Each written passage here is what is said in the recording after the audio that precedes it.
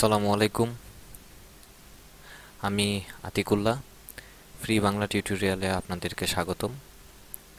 আজকে আমরা একটি নতুন টিউটোরিয়াল শুরু করতে যাচ্ছি। টিউটোরিয়ালটি জাভাস্ক্রিপ্ট সম্বন্ধে, এবং প্রথমেই আমি জাভাস্ক্রিপ্ট সম্বন্ধে কিছু বলতে যাচ্ছি। অনেকেই একটি সাধারণ ভুল করে থাকেন, সেটি হচ্ছে জাভা এবং জাভাস্ক্রিপ্ট এই দুইটিকেই একসাথে একই রকম বা একই ল্যাঙ্গুয়েজ মনে করেন, কিন্তু আসলে দুটি একই ল্যাঙ্গুয়েজ নয়। সান মাইক্রো সিস্টেমস এই তৈরি করেছিল জাভা, এবং এই জাভা হচ্ছে অনেক জটিল এবং অবজেক্ট ওরিয়েন্টেড প্রোগ্রামিং ল্যাঙ্গুয়েজ। এটি অনেকটি সি বা সি প্লাস প্লাস টাইপের ল্যাঙ্গুয়েজ, কিন্তু জাভাস্ক্রিপ্ট অন্য আরেকটি ল্যাঙ্গুয়েজ। এটির অফিসিয়াল নাম হচ্ছে ইসিএমএ স্ক্রিপ্ট, এবং এটি নেটস্কেপ 1996 সালে মাইক্রোসফট ব্রাউজার দ্বারা তৈরি করার উপযোগী করে ল্যাঙ্গুয়েজটি উপস্থাপন করা হয়, এবং প্রথম সংস্করণ 1997 সালের জুনে এটি অনুমোদিত হয়, এবং সেটির কাজ এখন পর্যন্ত চলছে।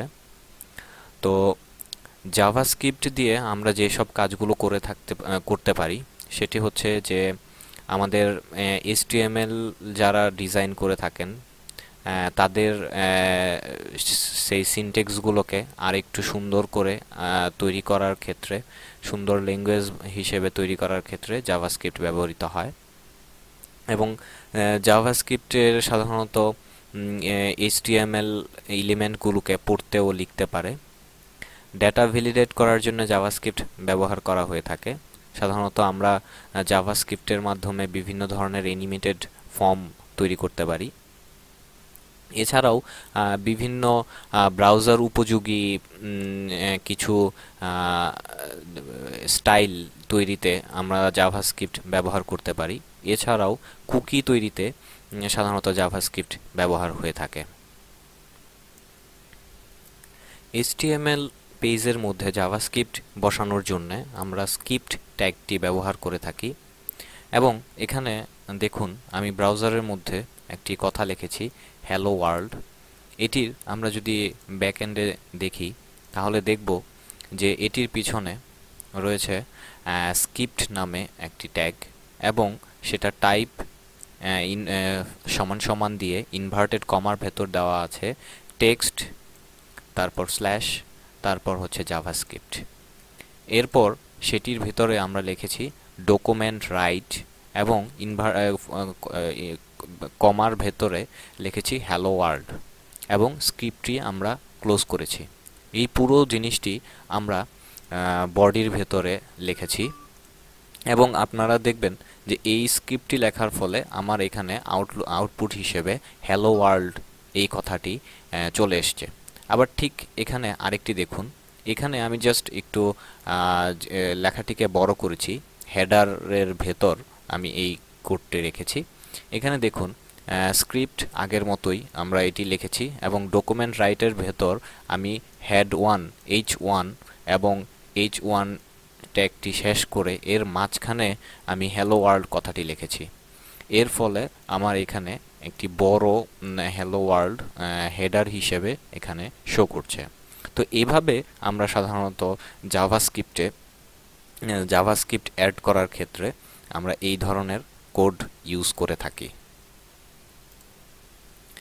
এবার দেখুন আমরা যখন হেডের ভেতরে একটি জাভাস্ক্রিপ্ট বসাই, যেমন একটি স্ক্রিপ্টকে যখন কল করা হবে তখন এটি ইভেন্ট ট্রিগার করা হবে, তখন সেগুলো এক্সিকিউট হবে। এমনকি চাইলে স্ক্রিপ্টকে হেডের সেকশনেও রাখতে হবে। আপনি যদি হেড সেকশনে স্ক্রিপ্ট রাখেন তবে এটি নিশ্চিত করতে পারবেন যে কেউ ব্যবহার করার পূর্বেই স্ক্রিপ্টটি লোড হবে। যেমন এখানে একটি উদাহরণ আপনারা দেখুন, এই পেজটি আমরা রিলোড করলাম। এই পেজটি ওপেন করার পর আপনারা এখানে দেখুন যে একটি অ্যালার্ট বক্স চলে আসছে, এবং সেই অ্যালার্ট বক্সটি এর মধ্যে লেখা আছে this is alert box was called with the onload event, মানে এই পেজটি লোড হলেই এই অ্যালার্ট বক্সটি শো করবে। তো এটির পেছনে আমরা দেখুন, এখানে আমরা হেডের ভেতরে, আগের বার আমরা যখন দেখেছিলাম তখন আমরা বডির ভেতরে জাভাস্ক্রিপ্টটি রেখেছিলাম, কিন্তু এবার আমরা হেড ট্যাগটির ভেতরে আমরা এই জাভাস্ক্রিপ্টটি রেখেছি। এবং এখানে দেখুন script type text JavaScript function, এখানে একটি ফাংশন কল করা হয়েছে। ফাংশনটি বাই ডিফল্ট একটি ফাংশনের নাম হচ্ছে জাভাস্ক্রিপ্টের মেসেজ। সো ফাংশন মেসেজ এবং দুটি ফার্স্ট ব্র্যাকেট এবং সেকেন্ড ব্র্যাকেট, এবং এর পর থার্ড ব্র্যাকেটে দিয়ে এখানে অ্যালার্ট একটি জাভাস্ক্রিপ্টের বাই ডিফল্ট একটি ফাংশন। এই অ্যালার্ট বক্সের মাধ্যমেই আমাদের এই পপ আপ মেনুটি বক্সটি অ্যাকচুয়ালি ওপেন হচ্ছে, এবং সেই বক্সের মধ্যে কি লেখা থাকবে সেই লেখাটি আমরা এখানে ডবল কোটের ভেতরে আমরা সেই লেখাটি দিয়ে দিয়েছি। যেমন this is a alert box was called with the onload event. এবং মনে রাখবেন জাভাস্ক্রিপ্ট, পিএইচপি, এরকম প্রোগ্রামিং যে ল্যাঙ্গুয়েজগুলো রয়েছে সেই ল্যাঙ্গুয়েজগুলোর বেশিরভাগগুলোই এই সেমিকোলনের মাধ্যমে ইভেন্টটি শেষ করতে হয়। তো এখানে আবার থার্ড ব্র্যাকেটটি ক্লোজ করে আমার স্ক্রিপ্ট লেখাটি শেষ করলাম, এবং হেডের ভেতর আমি হেডের ভেতর হেড ট্যাগটি আমরা শেষ করলাম, এবং বডির ভেতরে অনলোড মেসেজ, মানে আমার পেজটি লোড হলেই এই মেসেজটি শো করবে। এখানে মেসেজ নামে আমি একটি ফাংশন কল করেছিলাম, তো সেই জন্যে এখানে মেসেজ সেই ভেরিয়েবলটি এখানে কল করা হলো। এবং এটির ফলে এখানে দেখুন পেজটি আমি যখনই ওপেন করছি তখনই প্রথমেই পেজটি লোড হওয়ার সাথে সাথেই আমার এই অ্যালার্ট বক্সটি শো করছে। এবং আমি যদি বাইরে ক্লিক করি তাহলে আমাকে এখানে একটা নোটিশ দেখাচ্ছে যে আমাকে আগে ওকে প্রেস করতে হবে। সো আমি ওকে প্রেস করার পর আমার এই অ্যালার্ট বক্সটি চলে যাচ্ছে। তো এইভাবে আমরা একটি পপ আপ মেনুর মাধ্যমে একটি জাভাস্ক্রিপ্ট লিখতে পারি। এবং এখানে দেখুন এই মেসেজটির মধ্যে this is a message is written by JavaScript, এই কোডটির ক্ষেত্রে আপনারা দেখুন এখানে আমরা বডির ভেতরে জাভাস্ক্রিপ্ট কোডটি লিখেছি, এবং document write this is a message written by JavaScript, এটি জাস্ট আগে কিছুক্ষণ আগে আপনাকে দেখানো হয়েছে যে বডির ভেতরে রাখা যায়। তো আমি জাস্ট দুটির মধ্যে পার্থক্য বোঝানোর জন্য এই স্ক্রিপ্টটি আমি আপনাদেরকে দেখাইলাম। এখন এখানে দেখুন আরেকটি জাভাস্ক্রিপ্ট এখানে ইউজ করা হয়েছে। এটির ক্ষেত্রে যখন আমি এই বাটনে ক্লিক করছি তখন এখানে একটি পপ আপ মেনু শো করছে, এবং সেই পপ আপ মেনুর মধ্যে হাই এভরিবডি নামে একটি অ্যালার্ট শো করছে, এবং ওকে দেওয়ার পর সেটি চলে যাচ্ছে। এবং এটির ক্ষেত্রে আমি অন্যভাবে ইউজ করেছি, যেমন এখানে দেখুন হেডের ভেতর স্ক্রিপ্ট src my.js .js হচ্ছে জাভাস্ক্রিপ্টের সংক্ষিপ্ত রূপ, এবং এই স্ক্রিপ্টটি শেষ করেছি। এবং বডির ভেতর আমি ইনপুট টাইপ বাটন, এখানে একটি বাটন আমি অ্যাড করেছি, আপনারা দেখতেই পাচ্ছেন যে ক্লিক মি নামে একটি বাটন অ্যাড করা হয়েছে।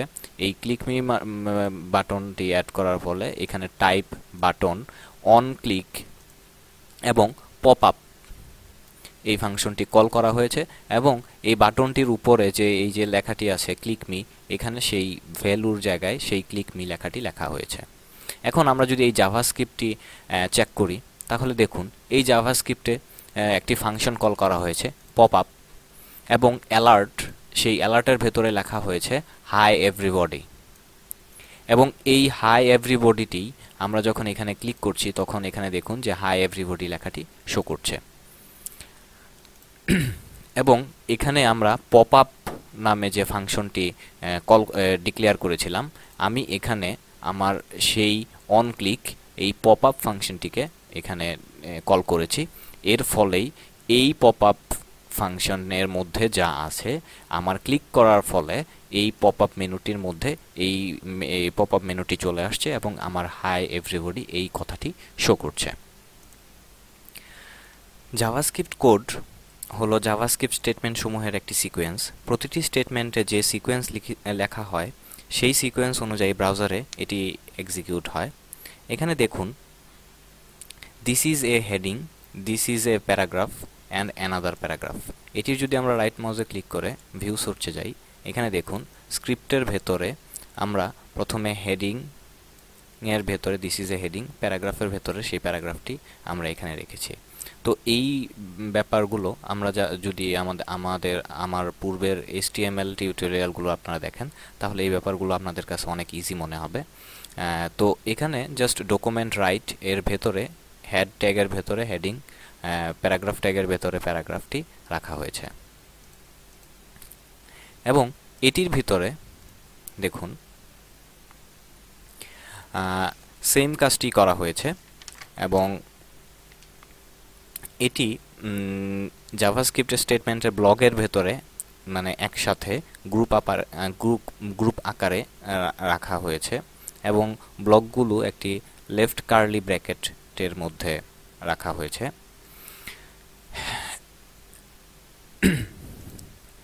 এখানে দেখুন আমরা HTML CSS এইসবের মধ্যে কমেন্ট ইউজ করা দেখেছি, ঠিক জাভাস্ক্রিপ্টেও আমরা কমেন্ট ইউজ করতে পারি।